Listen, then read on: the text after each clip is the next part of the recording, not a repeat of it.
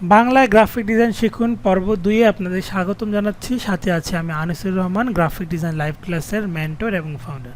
আমরা গত ক্লাসে এই পার্টগুলো শিখেছি এবং এটা রোটেশন টেকনিক ছিল। আমরা এগুলো সব সিলেক্ট করে কিবোর্ড থেকে ডিলিট বাটন চেপে ডিলিট করে দিলাম। আমরা আজকে শেপ বিল্ডার টুলসের ব্যবহার শিখব। এখান থেকে আমরা ইলিপস টুলটা নিব, এভাবে আগের মতো করে রোটেশন নিব, একটা এভাবে নিলাম, নিয়ে এদিক থেকে ফিল কালারটাকে অফ করে দেব আর স্টক কালারটা 1 ভ্যালু দিয়ে দিলাম। দেন এখানে ক্লিক করে আমরা রোটেট টুলটা নিব, এখানে অল্টার চেপে ক্লিক এবং এখানে 20 দিয়ে আমরা কপি দিব, control D control D control D control D control D. হ্যাঁ, সো এবার সবগুলোকে সিলেক্ট করে এগুলোকে আমরা কালার করব।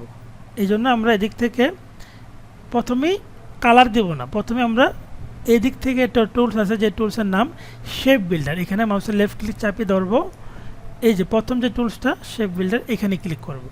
শেপ বিল্ডার টুলসটা নেওয়ার পরে আপনি এখান থেকে কালার দেন। এখান থেকে ধরেন আপনি এদিক থেকে একটা কালার দিলেন, লাল কালার দিয়ে ওকে দেন। এবার এই উপরের পার্টগুলোতে ক্লিক করেন,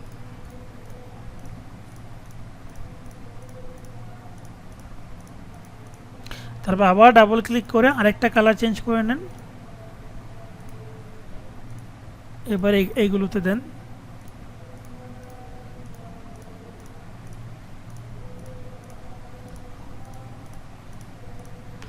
আবার ডাবল ক্লিক করে আরেকটা কালার দেন।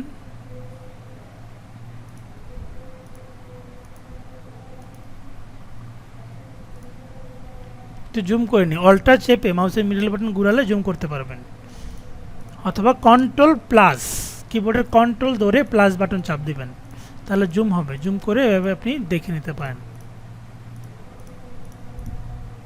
কন্ট্রোল জেড, এই যে ভুল হয়েছে কন্ট্রোল জেড দেব। আবার আরেকটা কালার দিতে পারি আমরা।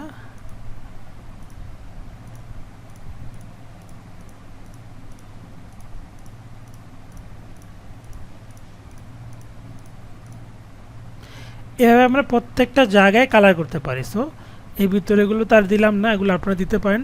সিলেকশন টুল ক্লিক, এভাবে অল সিলেক্ট করে আমরা যে মাঝখানে কালো কালো পার্টগুলো বাদ দিয়ে দিব।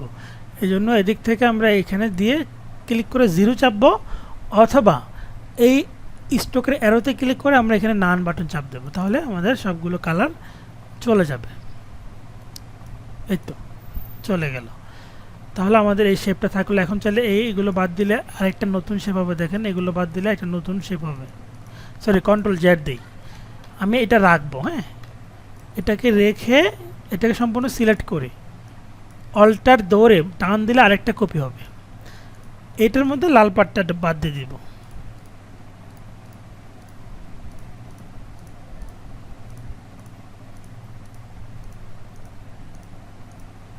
এ দেখেন, এটা একরকম আর এটা একরকম হয়ে গেল। সো পরবর্তী পর্বে স্বাগতম জানাচ্ছি। আমরা ছোট ছোট লেসন আকারে শিখবো, যাতে করে পরিপূর্ণভাবে প্রত্যেকটা টুলসের ব্যবহার আমরা শিখতে পারি। সো ধন্যবাদ সবাইকে। আসসালামু আলাইকুম, আল্লাহ হাফিজ।